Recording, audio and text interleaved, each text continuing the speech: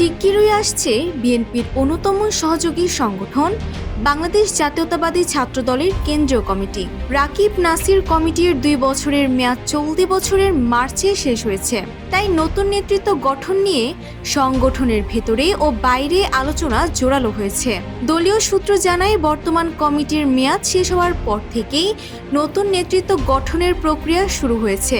অতীতের বিভিন্ন unit committee নিয়ে বিতর্ক, বঞ্চনার অভিযোগ এবং সাংগঠনিক দুর্বলতার অভিজ্ঞতা থেকে শিক্ষা নিয়ে এবার নেতৃত্ব বাছাই করা হচ্ছে। বিএনপি সূত্রে জানা গেছে, আগস্টের দ্বিতীয় সপ্তাহের দিকেই ঘোষণা আসতে পারে ছাত্রদলের নতুন কমিটির। নতুন কমিটি ঘিরে তোড়জোড় শুরু হওয়ায় ব্যস্ত সময় পার করছে নেতারা। বিগত 17 বছরের আন্দোলন সংগ্রামে যুক্ত থাকা অনেক ত্যাগী নেতাকর্মী যারা ছাত্রদলের জায়গা পাননি, তারা চান এবার দল তাদের মূল্যায়ন করুক। পাশাপাশি রাজপথের এবং অবহেলার শিকার নেতাকর্মীরাও দলে তাদের মূল্যায়ন চান। এ নিয়ে ছাত্রদলের নতুন কমিটিতে সভাপতি পদে আলোচনায় রয়েছেন বেশ কয়েকজন। তাদের মধ্যে প্রথম দিকে রয়েছেন খোরশেদ আলম সোহেল, মোস্তাফিজুর রহমান, আমানুল্লাহ আমান, মঞ্জুরুল আলম রিয়াদ। এছাড়া সাধারণ সম্পাদক পদে আলোচনায় রয়েছেন গণেশ চন্দ্র রায় সাহস, মমিনুল ইসলাম জিসান, ফারুক হোসেন, শরীফ প্রধান শুভ।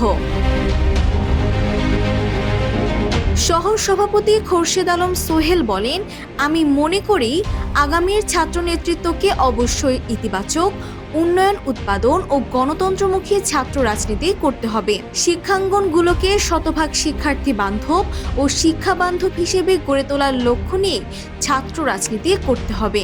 দল যদি আমাকে নেতৃত্বের জন্য বিবেচনা করে, তাহলে শিক্ষার্থী বান্ধব গণরুম, গেস্ট রুম মুক্ত ও সাংগঠনিক কাঠামোকে শক্তিশালী করার জন্য সাংগঠনিক কাজগুলোকে বন্টন ও জবাবদিহিতা এবং বিরোধী মতের প্রতি সহনশীল আচরণ ও ক্যারিয়ারমুখী ছাত্র রাজনীতি উপহার দেওয়ার জন্য সর্বোচ্চ চেষ্টা করব।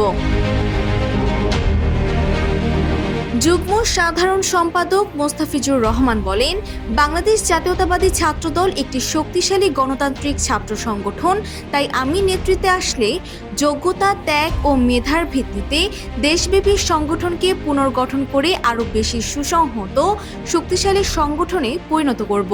পাশাপাশি শিক্ষাঙ্গন সমূহকে সন্ত্রাসমুক্ত রাজনীতি চালুর যে দৃঢ় প্রতিজ্ঞা, সেটাকে আমরা সবাই মিলে বলবৎ করব।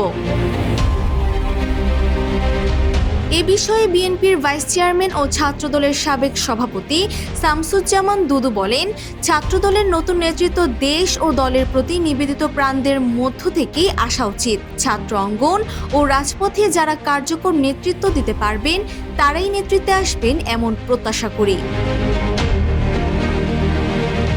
Desk report, Bangladesh bulletin.